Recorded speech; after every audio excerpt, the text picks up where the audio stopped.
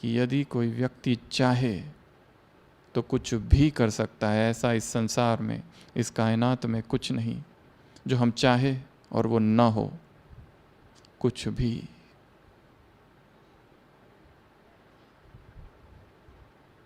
और हम ब्राह्मणों के लिए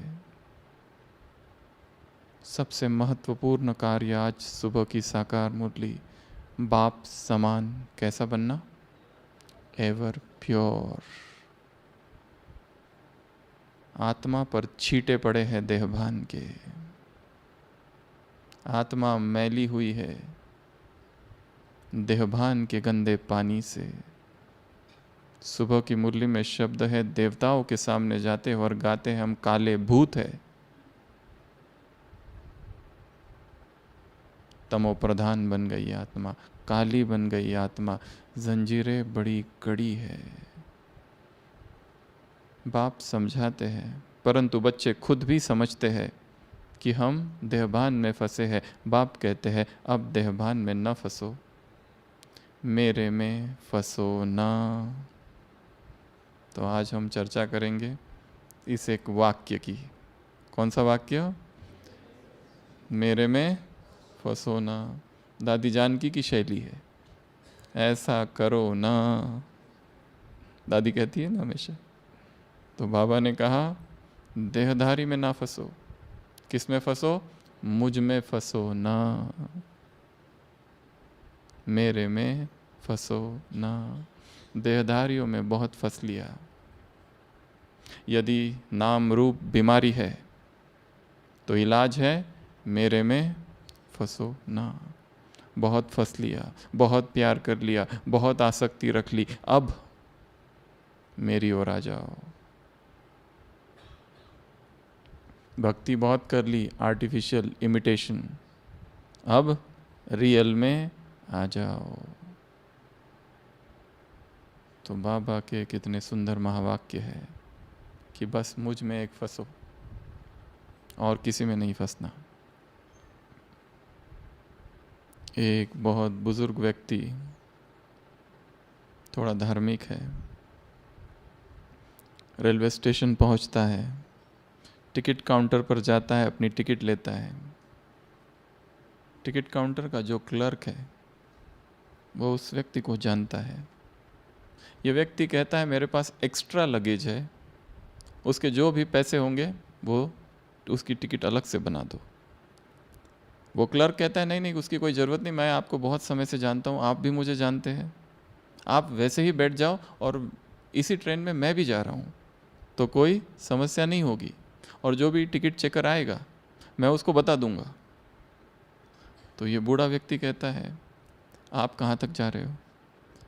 वो कहता है उसकी तुम चिंता मत करो, मैं भले बीच में उतरने वाला हूँ, पर जो दूसरा टीसी आएगा मैं उसको भी बता दूंगा। ये बूढ़ा व्यक्ति कहता है वो टिकट चेकर कहाँ तक जा रहा है? वो कहता है वो वहाँ तक जा रहा है जहाँ लास्ट स्टेशन है। और वो क्लर्क पूछता है आपको कहाँ तक जाना है? वो बूढ़ा सा व्यक्ति कहता है मुझे इस संसार के सभी स्टेशनों से पार जाना है।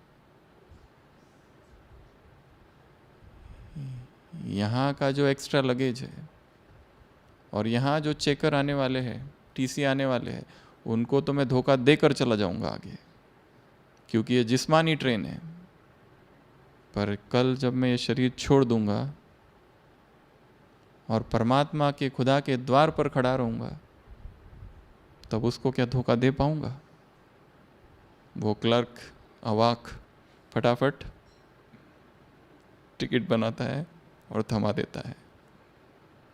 यहाँ तो धोखा दिया जा सकता है इसको उसको पहचान से, परंतु उधर क्या करेंगे जब खुदा के द्वार पर खड़े रहेंगे?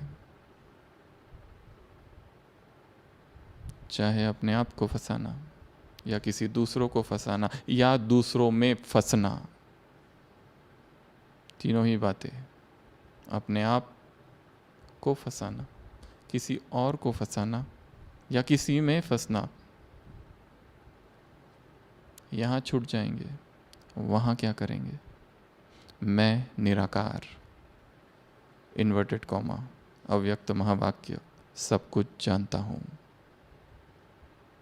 ऐसा किसी का कुछ भी नहीं जो मुझसे छिपा है। इसलिए नाम और रूप यदि बीमारी है और उसमें यदि हम सूक्ष्म रूप से भी फंसे हैं, तो इलाज एक ही है, मुझ में फंसो ना।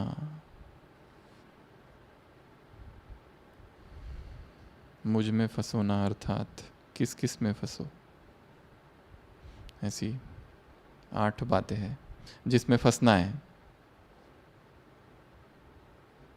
मुझ में अर्थात किस में? भगवान कह रहा है मुझ में फंसो। मुझ में अर्थात किस में और कहाँ और कैसे, क्यों फंसो, कब फंसो, किस तरह फंसो, किस लिए फंसो, फायदे क्या है फंसने में, और नुकसान, नुकसान है क्या कुछ फंसने में? एक हाथ। और देहधारियों में फंसने के फायदे? एक हाथ तो फायदा होगा, बिना फायदे के ही हम फंस रहे हैं, कुछ तो होगा। इसका चिंतन करना। देहधारी में फंसने के फायदे और देहधारी में फंसने के नुकसान। भगवान में फंसने के फायदे, अगर नुकसान कहीं हो उसका भी चिंतन करना। तो जब भगवान कहता है मुझ में फंसो, सबसे पहली बात उसके प्यार में फंसो। अगर फंसना ही है तो किस में फंसो? उसके प्यार में फंसो। लास्ट संडे की मुरली किस पर थी? किस पर थी? ईश्वरीय स्नेह। क्या क्या करता है ईश्वरीय स्नेह? 16 बातें हैं, 5 मिनट में बताओ। यह ईश्वरीय स्नेह क्या करता है? जन जन आत्मा प्यासी थी, भक्ति में क्या बन चुकी थी? भिखारी बन चुकी थी। ये ईश्वरीय स्नेह वो प्यास को मिटाता है। और ये ईश्वरीय स्नेह क्या कर देता है? वो जो भिखारी थे उससे अधिकारी बना देता है। ये ईश्वरीय स्नेह, संसार में स्नेह सबसे बड़ी वस्तु मानी जाती है। स्नेह को ही भगवान, भगवान को ही प्रेम कहा जाता है। तो भगवान जब धरा पर आते हैं तो सबसे पहली देन देते हैं स्नेह की। ये स्नेह क्या कर देता है? और ईश्वरीय सेवा के योग्य बना देता है। यह स्नेह क्या कर देता है? और कर्मयोगी बना देता है, स्वतः योगी बना देता है, सहज योगी बना देता है, बाप समान बना देता है, साथ का अनुभव कराता है, माया प्रूफ बना देता है। ये स्नेह क्या करता है? और तूफान को तोहफा, जो मुश्किल है उसको आसान कर देता है। ये स्नेह और क्या कर देता है? क्या कर देता है? समर्थ बना देता है, साथी का अनुभव कराकर समर्थ बना देता है। ये ईश्वरीय स्नेह क्या करता है? मेहनत से मुक्त कर देता है। ये ईश्वरीय स्नेह क्या कर देता है? बाप समान बना देता है। ये ईश्वरीय स्नेह मंत्र है, जादू, जादू है, जो चाहिए वो प्राप्त करा देता है। और जो टुकड़े टुकड़े हुए थे, कोई यहाँ गिरा कोई वहाँ, बहते आंसू ना रुके, कोई यहाँ गिरा कोई वहाँ, तिनको के क्या बनाए? ख्वाब। और तूफान आए और कोई यहाँ गिरा कोई वहाँ। तो भगवान ने क्या कर दिए? सारे टुकड़े को मिलाकर एक बाप एक दिलाराम, एक दिल एक दिलाराम। देहधारियों ने क्या कर दिए थे? दिल के टुकड़े टुकड़े कर दिए थे। और क्या किया था? उन टुकड़े करके छोड़ा नहीं, अपने पैरों तले भी कुचल दिए थे एक एक टुकड़े को। तब कहीं बाप की याद आई, ये हाल कर दिया था। जिस जिस को प्यार किया सबसे ज़्यादा धोखा उसी से मिला। जिस जिस पर विश्वास किया इस जीवन में अब तक, चाहे वो कोई भी हो, कभी ना कभी तो उससे दर्द ज़रूर मिला है। और वो जो दर्द था बड़ा गहरा था। दुश्मनों ने दर्द जो दिए बहुत छोटे थे, अपनों ने जो दर्द दिए वो बड़े गहरे थे।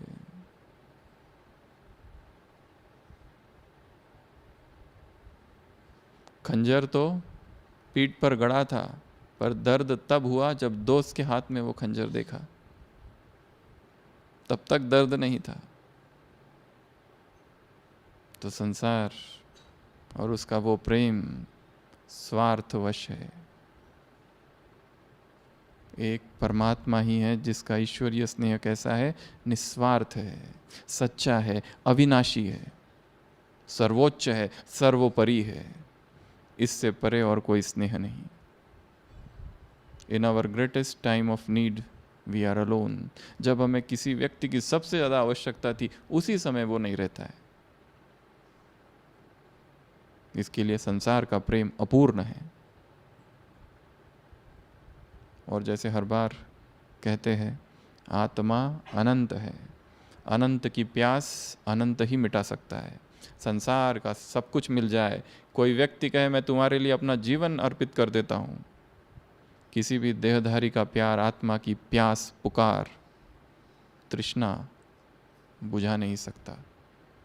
Infinite cannot be satisfied by anything which is finite. जो अनंत है, अनंत की प्यास कौन बुझाएगा? केवल अनंत। अनंत का आत्मा अनंत है। अनंत अनंत से जब मिलेगी तो ही प्यास मिटेगी। देह देह से मिलेगा, प्यास भड़केगी। सुबह की मुरली, काम कटारी चलाना बंद करो। विष का ये धंधा बंद करो। एक बहुत विरोधी व्यक्ति सब जानते होंगे, जो कि अपनी युगल को बहुत सताता था और सेवा केंद्र पर आकर बहुत हंगामा करता था। और एक दिन जब मम्मा से मिलने आया और मम्मा की मुरली चली, वो सुनता रहा, सुनता रहा, सुनता रहा। और मुरली में आया कि जो चीर हरण करते हैं वो दुशासन है।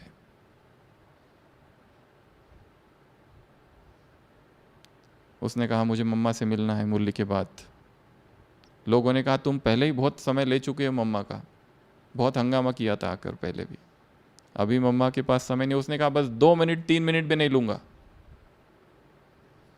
और वो मम्मा के सामने आया और रोने लगा और मम्मा से कहा कि मम्मा, जिस दुशासन की आपने बात की थी, हम तो सोच रहे थे वो किसी महाभारत का पात्र होगा, वो दुशासन मैं हूं।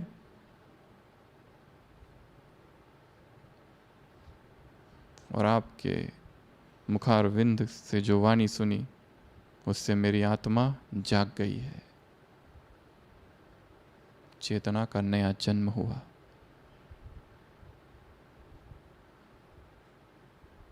देहभान, देह की आसक्ति, देह के भोग, देह की वासना, देह के आकर्षण, देह का सौंदर्य बहुत डुबाया है आत्मा को। देहभान के छींटों ने आत्मा में काला काला बना दिया है उसको। अब बाप है एवर प्योर बनाने, तो मुझ में फंसो न। सबसे पहला किस में फंसना है? उसके प्रेम में फंसना है। उधर के प्रेम में फंस के देखा कैसा आवेग है, कैसा आवेश है। 2 व्यक्ति प्रेम करते, उनके बीच में कोई आ जाए तो मरने मारने को तैयार हो जाते हैं। अगर वो माँ बाप हो तो खुद मर जाएंगे, पर वो चाहिए मतलब चाहिए। बचपन से जिन माँ बाप के साथ रहे, एक धक से उनको भूल गए और भागने को तैयार।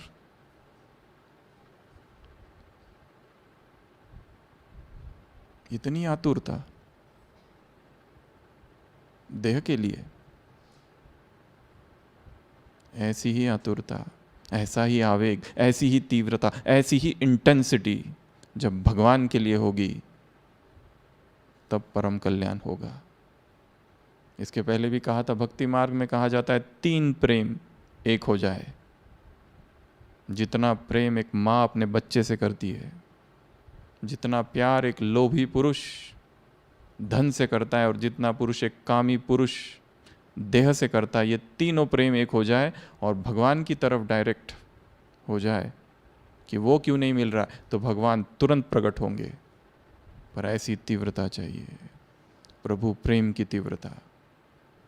इस प्रभु प्रेम ने ही सेवा के योग्य बना दिया।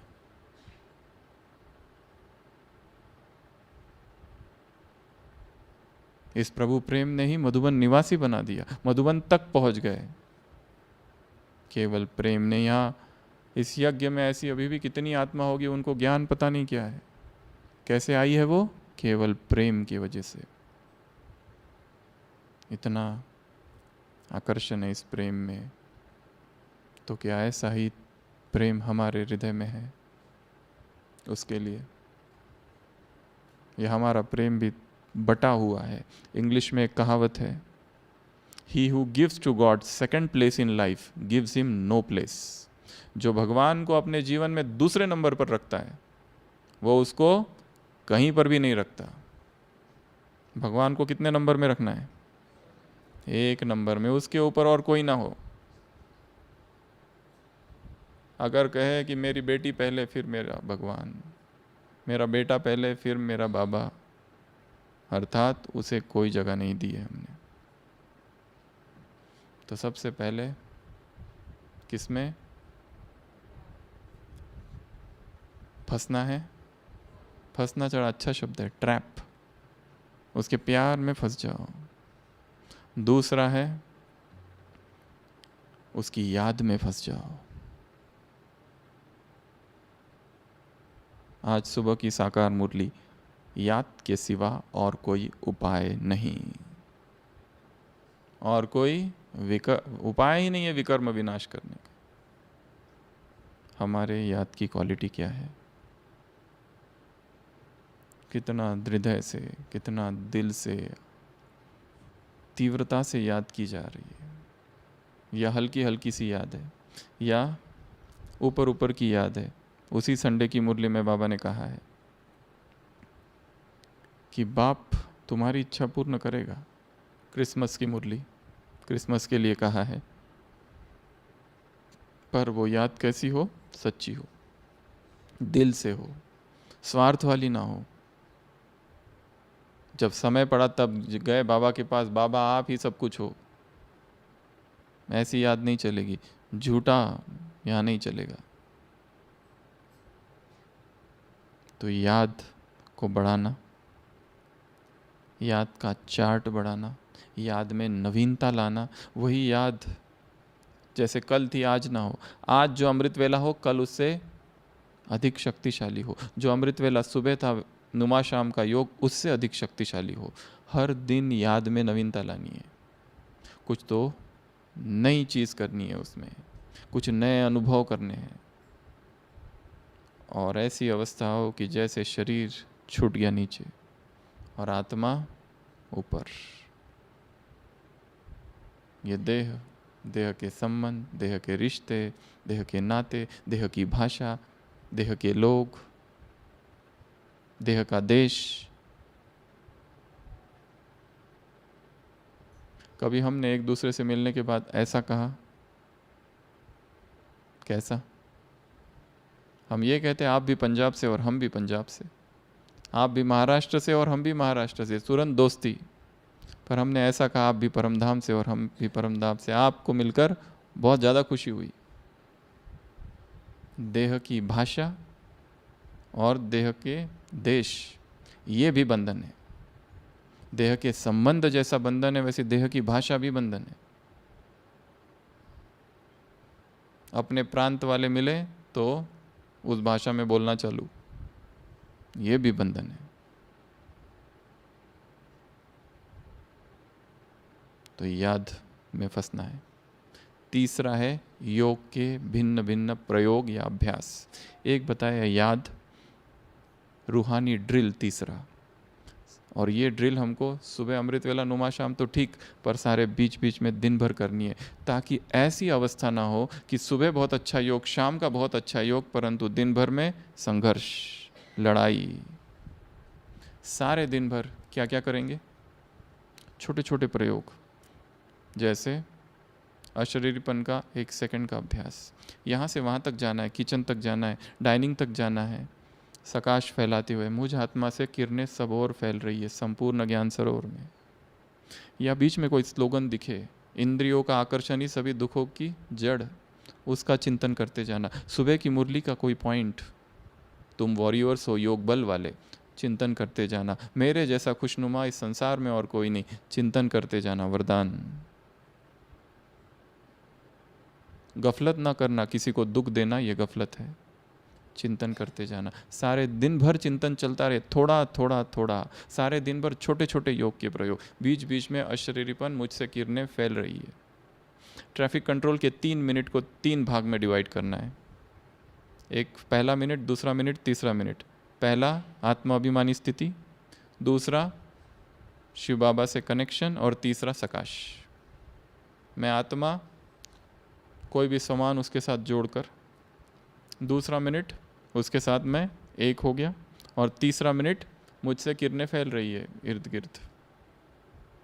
ट्रैफिक कंट्रोल, अपना ट्रैफिक कंट्रोल खुद ही बनाना है और बीच बीच में कई सारे ट्रैफिक कंट्रोल करने हैं। आत्मिक दृष्टि का अभ्यास, ये सब कौन है?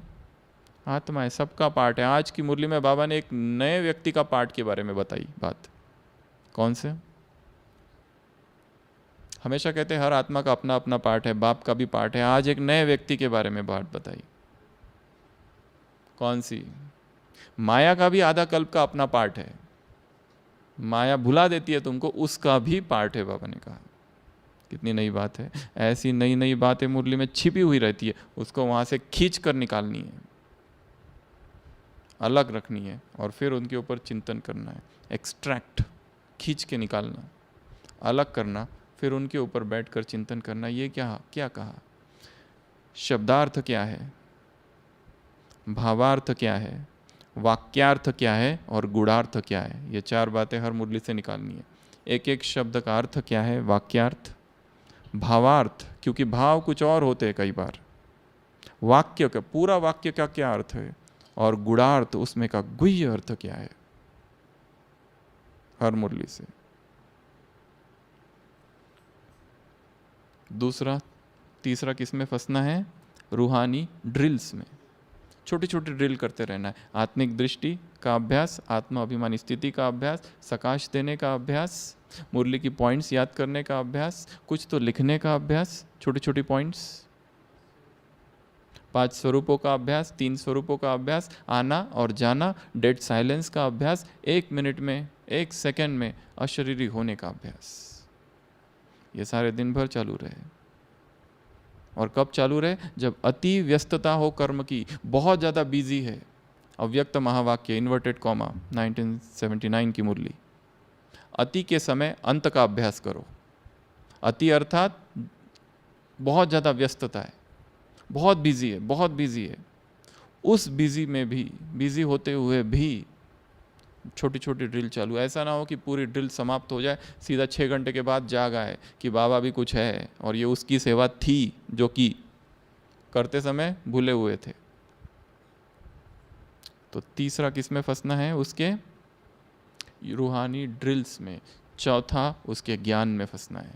उसके ज्ञान में फंसना अर्थात उसकी मुरली में फंसना। उसकी मुरली में फंसना अर्थात सेंटर क्लासरूम में गए, मुरली सुनी, पॉइंट्स नोट किए और आ गए।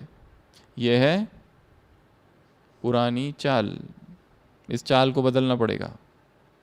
यहाँ तक ही सीमित नहीं रहना है, उसको आगे बढ़ाना है। मुरली का चिंतन, मुरली का अध्ययन, मुरली का चिंतन, मुरली की पॉइंट्स लिखना, मुरली को डिस्कस करना, एकांत में जाकर उसका मनन करना। यहाँ इस ज्ञान सरोवर प्रांगण में जैसा एकांत है, और यज्ञ में किसी और जगह होगा। जिस जैसा निसर्ग का सौंदर्य यहाँ है, और कहीं नहीं है। इतना एकांत है यहाँ पर। इतने अलग अलग स्थान बने हुए हैं इसी परिसर में। कहीं पर भी जाकर बैठना और चिंतन करना कि ये क्यों कहा, किस अर्थ से कहा, अच्छा ये जो कहा इसका मेरे जीवन में, इसको मैं कैसे लाऊं। सोचना, अपने आप से बात करना, बाबा से बातें करना और ज्ञान का चिंतन करना। 3 चीज़ें रोज होनी चाहिए, कंपलसरी। अपने आप से बातें, हे मेरे मन, अरे मूर्ख मन क्या कर रहा है। आज कितनी बार मुरली में याद दिलाया, तुम्हारा उद्देश्य क्या है, तुम्हारा लक्ष्य क्या है। इन लक्ष्मी नारायण जैसा बनना है। मैं कितना बना हूँ। जोड़ी के बारे में बोला ना, जोड़ी नहीं बनती है इधर। दिव्य गुण धारण करेंगे, याद करेंगे, तब जोड़ी बनेगी। मुरली की पॉइंट्स बुद्धि में गूंजती रहे।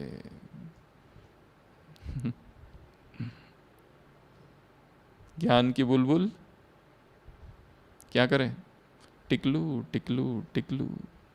ज्ञान की सरिता बहती रहे तो ही स्थिति ठीक रहेगी, नहीं तो हलचल इतनी है, सब जगह माया ही माया है, साम्राज्य है माया का, ये खींच लेगी दूसरी आत्माएं हमको भी उनके साथ नीचे। सुरक्षित केवल वो है जो याद में है और जो ज्ञान के चिंतन में है। बाकी नीचे आएंगे और परिस्थितियों का चिंतन करेंगे, व्यक्तियों का चिंतन करेंगे, प्रबंधन एडमिनिस्ट्रेशन का चिंतन करेंगे, पॉलिटिक्स का चिंतन करेंगे और नीचे डूबेंगे और फिर कंप्लेंट करेंगे, यहाँ ये ठीक नहीं, वो ठीक नहीं, ऐसा ठीक नहीं, वैसा ठीक नहीं। जो ज्ञान का चिंतन में है उसके लिए सब ठीक है, जो हो रहा है सब खेल है, खेल ही ऐसा बना है, इसमें दुख करने की बात ही नहीं है, ऐसा ही होना चाहिए जो हो रहा है, निर्दोष दृष्टि। सबके हिसाब किताब चुकतू हो रहे हैं, मन से सारे प्रश्न समाप्त। पर यह होगा तब जब निरंतर ज्ञान का दिन भर में चिंतन। तो चौथा किस में फंसना है? ज्ञान में फंसना है, मुरली में फंसना है, उसकी पॉइंट्स में फंसना है। MURLI, M अर्थात मनन, U अर्थात अंडरस्टैंडिंग, R अर्थात रीड एंड रिवाइज, L अर्थात लिसन, I अर्थात इम्बाइब, इम्बाइब अर्थात धारण करना। ये मुरली के 5 शब्द है। तो ये 5 काम रोज होने चाहिए, समझना है, धारण करना है, पढ़ना है, सुनना है, हो सके तो सुनाना है, चर्चा करनी है, सोचना है एकांत में बैठकर, ये क्या है, ये क्यों कहा, क्यों वो कहता है मुझ में फंस जाओ। हम तो देहधारियों में फंसेंगे, बाबा से ऐसी बातें करना, हमें तो अच्छा लगता है बाबा देहधारियों में फंसना, हम आप में क्यों फंसे। फिर देखो क्या उत्तर आता है। इस तरह से चिंतन की धारा बहाना है। मैथमेटिक्स में A = B प्रूव करना है तो क्या करते हैं, A ≠ B, यहाँ से चालू करते हैं और फिर आगे आगे जाते हैं, फिर लास्ट में अरे नहीं नहीं नहीं A = B, हाँ वैसे चालू करना। बाप कहते हैं मुझे याद करो तो पावन बनोगे, नहीं नहीं तुमको याद करने से हम देहधारी को याद करेंगे, देखते कितना पावन बनते। यहाँ से चालू करना इक्वेशन, फिर आगे बढ़ाते जाओ चिंतन को। हाँ हमने तो देहधारी से प्यार किया था, हुआ क्या, अपघात, क्या हुआ, एक्सीडेंट, हड्डियां टूटी अब तक जुड़ी नहीं, जो गिरे थे 10 साल पहले अब तक भी जुड़ नहीं रही है, जो फ्रैक्चर हुए थे इमोशनल अब तक भी ठीक नहीं है हुए। तो शायद भगवान जो कह रहा है वही ठीक है। सीधा मान नहीं लेना है कोई बात को, धीरे धीरे अपने मन को समझाना है। छोटा सा बच्चा है, उसको जरा अच्छे से समझाना पड़ता है धीरे धीरे। तो चौथा किस में फंसना है? ज्ञान में। 5वां सेवाओं में फंसना है। सेवाओं में फंसना अर्थात सेवा करनी है, परंतु उस सेवा में 2 चीज़ें बहुत ज़रूरी है। बाकी तो सेवाधारी सभी है और बहुत अच्छी सेवा कर रहे हैं, पर 2 चीज़ें चाहिए, डिटैचमेंट और साक्षी भाव। नहीं तो सेवा में निस्वार्थ भावना है, सेवा में कर्मयोग सब कुछ है, याद है, सब कुछ है, परंतु डिटैचमेंट नहीं है, अटैचमेंट है, वर्कोहोलिक है। हमने ये सेवा की, हमारी स्तुति होनी चाहिए, रिकॉग्निशन होना चाहिए, मान मिलना चाहिए, सम्मान मिलना चाहिए। साक्षियों को नहीं देख पा रहे उस सेवा को, सेवा की डिटैच होके देखना, ये खेल था, निष्काम बनाते जाओ। सेवा की भूल गए। जून मास चालू है मम्मा का, 1.5 मास मम्मा बेंगलोर में रही, आई वापस, पूछा मम्मा सेवा कैसी थी? कैसी थी सेवा? अच्छी थी, फुल स्टॉप, कोई वर्णन नहीं। और अगर हम जाके आए और करके आए तो पहले उसके फोटो और फिर भेजना चालू इसको। वो चाहता नहीं है देखना, पर हम जबरदस्ती भेज रहे हैं, यही तुम्हारी सजा है।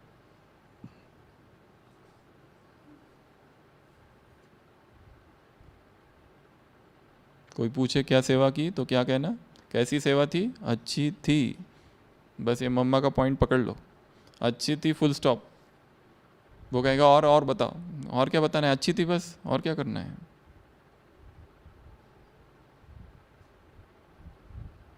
अहंकार जन्म लेता है, और अहंकार जब जब बढ़ते जाता है तो संघर्ष बढ़ता है। तो सेवाओं में फंसना है, परंतु कैसे? डिटैचमेंट। कैसे? साक्षी भाव। कैसे? निमित्त भाव। कैसे? अर्पित कर देना। और कैसे? तुमने कराई, तुम चाहते तो किसी और को निमित्त बना सकते थे, मुझे बनाया, मेरा भाग्य है। वैसे मुझसे योग्य कितने सारे बैठे हैं यहाँ, फिर भी मुझे चुना, बाबा तेरा धन्यवाद। नहीं तो ये सेवा मुझसे तो अच्छे करने वाले कितने सारे हैं, अधिक बुद्धिमान, अधिक शक्तिशाली, अधिक योग्य, पर फिर भी तुमने मुझे चुना, तेरा धन्यवाद। तो किस में फंसना है? सेवाओं में फंसना है। उसके बाद अगला मर्यादाओं में फंसना है। मर्यादाओं के बंधन में स्वयं को बांध दो, बहुत सेफ्टी है। ये देखना नहीं मतलब देखना ही नहीं है, स्टॉप इट। नहीं तो ये मीडिया खा जाएगा, सोशल मीडिया, डिजिटल नगरी, ये इंटरनेट। जितना काम का है उतना किया और उससे बाहर निकल के आ गए, नहीं तो उसी में लगे हुए हैं। लंबा लंबा बातें, phone talks, private talks, WhatsApp calls, video calls, कितना उसमें फंसे हैं। स्वयं को उससे बाहर निकालना है। Online shopping, online games, online news, ये 3 नई माया है। बैठे बैठे परचेसिंग चालू रहता है, देखते रहते क्या क्या परचेस करना है, करना कुछ भी नहीं है, बस देखते रहते हैं। पहले दुकानों में जाते थे, विंडो शॉपिंग, अब बैठे बैठे कौन सी कार, कौन सी गाड़ी, कौन सा ये, कौन सा वो, टाइम वेस्ट। न्यूज़, इस पार्टी ने कहा, उस पार्टी ने क्या कहा, और उसकी चर्चा है। Online shopping, online games, online news. जितना काम का है उतना करके वापस आना है, क्योंकि काम हमें बहुत सारे करने हैं, इसमें हम नहीं फंस सकते ज़्यादा। तो मर्यादाएं जो भगवान ने कही है उसको फिर रिवाइज करना है, फिर याद करना है। मर्यादाओं से संबंधित जो क्लासेस है बड़े भाइयों के, दादियों की, वो सुननी है। धारणा वाली जो क्लासेस है वो सुननी है, ताकि बुद्धि ठिकाने आ जाए, ताकि हम जाग जाए, ताकि जागरण आ जाए कि मैं यहाँ किस लिए आया था और कर क्या रहा हूँ। 1 मास के लिए कोई माता सेवा के लिए आई है, वो खाली सेवा के लिए नहीं आई है, तपस्या के लिए भी आई है, क्योंकि ऐसा वातावरण संसार में और कहाँ मिलेगा। सेवा तो निमित्त है एक, पर यहाँ आने का मुख्य लक्ष्य सेवा नहीं है। क्या है? तपस्या। यहाँ आने का मुख्य लक्ष्य है अमृत वेला शक्तिशाली, जो वहाँ नहीं हो रहा है कम से कम यहाँ तो हो। यहाँ आने का मुख्य लक्ष्य है नुमा शाम का योग, यदि उस समय सेवा न हो तो। पर एक बात याद रखना है, कर्तव्य प्रथम। जब कर्तव्य पुकारे सब कुछ गौण है उसके सामने, ज्ञान योग सब एक तरफ। कर्तव्य अर्थात जो सेवा जिसको दी है वो सबसे फर्स्ट रखी जाए। पर ये बात याद रखना है कि मैं यहाँ तपस्या के लिए आया हूँ, सेवा तो है ही, कर ही रहा हूँ, पर मेरा अंदर से जब जब समय मिले तपस्या, जब जब समय मिले मुरली का अध्ययन, जब जब समय मिले एकांत मौन, और वहाँ जो संसार में जब थे वहाँ क्या हलचल हो रही है, जीवन में क्या हलचल है, यहाँ बैठकर उसका चिंतन करना है। जो हमारे संबंध है इतने जटिल क्यों बन गए, इतने कॉम्प्लेक्स क्यों बन गए, इतने कॉम्प्लिकेटेड क्यों बन गए, कैसे उन संबंधों को ठीक किया जाए, सारी उलझनें यहाँ हैं। अपने आप को ही सरल बनाना है। सूत ऐसा मूंझ गया है, भक्ति का नहीं, यहाँ का ज्ञान मार्ग में आने के बाद का, उसको ठीक करना है। तो मर्यादाओं को रिवाइज करना है, मर्यादाओं से संबंधित सारी क्लासेस सुननी है। कड़ी से कड़ी मर्यादाएं क्या है और कौन सी मर्यादा का मैं भंग करता हूँ और क्यों हो रही है मुझसे ये भंग। चाहे अमृत वेला, 8 चीज़ें हैं ब्राह्मण दिनचर्या में, अमृत वेला, मुरली, भोजन के समय याद, चौथा ट्रैफिक कंट्रोल, 5वां कर्मयोग, नुमा शाम का योग, उसके बाद में ज्ञान की चर्चा एक बार तो होनी चाहिए 24 घंटे में, चार्ट और एक संबंध, 8 ऐसी बातें हैं। ये 7-8 ये जितनी बातें, इनके लिए क्या क्या मर्यादा है, अमृत वेले के लिए क्या है, नुमा शाम के लिए, योग के लिए क्या है, ज्ञान चर्चा के लिए क्या है, रात्रि चार्ट के लिए क्या मर्यादा है, सोने की विधि क्या है, क्या देखते देखते सो रहा हूँ, बातें करते करते, मीडिया, सोशल मीडिया, व्हाट्सएप, क्या कर रहा हूँ और किस तरह सो रहा हूँ। विकारी ख्यालातों के साथ सोएंगे तो उसी ख्यालात के उठेंगे, उच्च श्रेष्ठ महान संकल्पों के साथ सोएंगे तो उसी महान संकल्प के साथ उठेगी चेतना। तो मर्यादाओं में स्वयं को फंसा देना है। उसके बाद में लास्ट 2, एक है मुझ में फंसोना, अर्थात मेरे घर में फंसोना। उसका जो घर है वो प्रांत बड़ा ही शांत है, उस प्रांत में फंसना है, उस शांत प्रांत में फंसना है। उसका जो धाम है उसका अनुभव करना है, लंबा समय तक परम धाम में टिकने का अभ्यास। एक योग है सूक्ष्म वतन, बाबा से रूरियान करना, बातें करना, वो सब ठीक है, पर ज्वालामुखी योग, निरसंकल्प स्थिति, निराधार, निराकार, निर्विकार, सभी तत्वों से पार, बीज रूप कंबाइंड स्थिति का लंबा लंबा समय तक अनुभव, उसके लिए टाइम बढ़ाना पड़ेगा, अमृत वेले का भी, नुमा शाम का भी।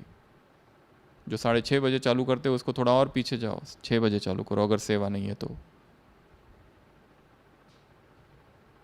दिनचर्या में तो योग है, परंतु बैठा योग तीव्र पुरुषार्थी का कम से कम 4 घंटे तो होना ही चाहिए। बैठकर जब 4 घंटा होगा तो दिनचर्या में भी योग रहेगा। बहुत बड़ी तपस्या है बैठकर 4 घंटा योग करना। कितनी चीज़ों, छोटी छोटी चीज़ों का त्याग करना पड़ेगा जिसमें हम अभी फंसे हुए हैं, वो सबको हटाना पड़ेगा। वो सारी दिनचर्या, वो सारी बातें, वो सारी व्यर्थ की बातें, झरमोई झगमोई गॉसिप्स, सबसे बुद्धि योग को हटाकर योग योग योग योग योग, तपस्या तपस्या तपस्या तपस्या, आग लग जाए अंदर।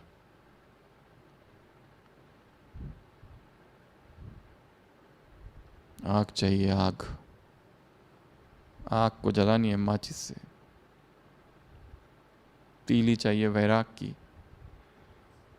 और तपस्या की माचिस, तब प्रचंड अग्नि भपकेगी। फिर उसके बाद किस में फंसना है, उसके राजधानी में, सतयुग के ख्वाबों में फंसना है। ख्वाब देखने हैं सतयुग की, अच्छा ख्वाब है, लोगों को ख्वाब देखना पसंद है ना, डे ड्रीमिंग, दिवा स्वप्न, दिन में सब तारे देखना, दिन में तारे नहीं, सॉरी दिन में स्वप्न देखना, वैसे इमेजिन करते जाना, सतयुग में ये ऐसा होगा, वो वैसा होगा, ये कैसा होगा, वो कैसा होगा, उसके ख्यालातों में रहना, तो अपने आप पवित्रता आएगी। वो सतयुग के संस्कार जो इतने दूर है, हम यहाँ हैं, 5000 साल का अंतर, वो जागरण होगा उनका। विजुलाइज करना, वहाँ का राज्य कैसे होगा, वहाँ की करेंसी कैसी होगी, वहाँ का प्रशासन कैसे होगा, पशु पक्षी कैसे होंगे, महल कैसे होंगे, पुष्पक विमान कैसे होगा, दिनचर्या कैसी होगी, देवता क्या खाते, क्या पीते, क्या करते, क्या सोते, कब उठते, कब जागते, क्या सुनते, सोचते रहना सतयुग के बारे में, ख्वाबों में खो जाना। इस सतयुग में फंसना है, उस परम धाम में फंसना है, मर्यादाओं में फंसना है, सेवाओं में फंसना है, ज्ञान में फंसना है, योग की अलग अलग ड्रिल्स में फंसना है, याद में फंसना है, और सबसे पहला उसके प्यार में फंसना है। तो बाबा के महावाक्य अपनी डायरी में बड़े अक्षरों से लिख के रख देना है। आज के महावाक्य, मेरे में फंसो ना। अच्छा, ओम शांति।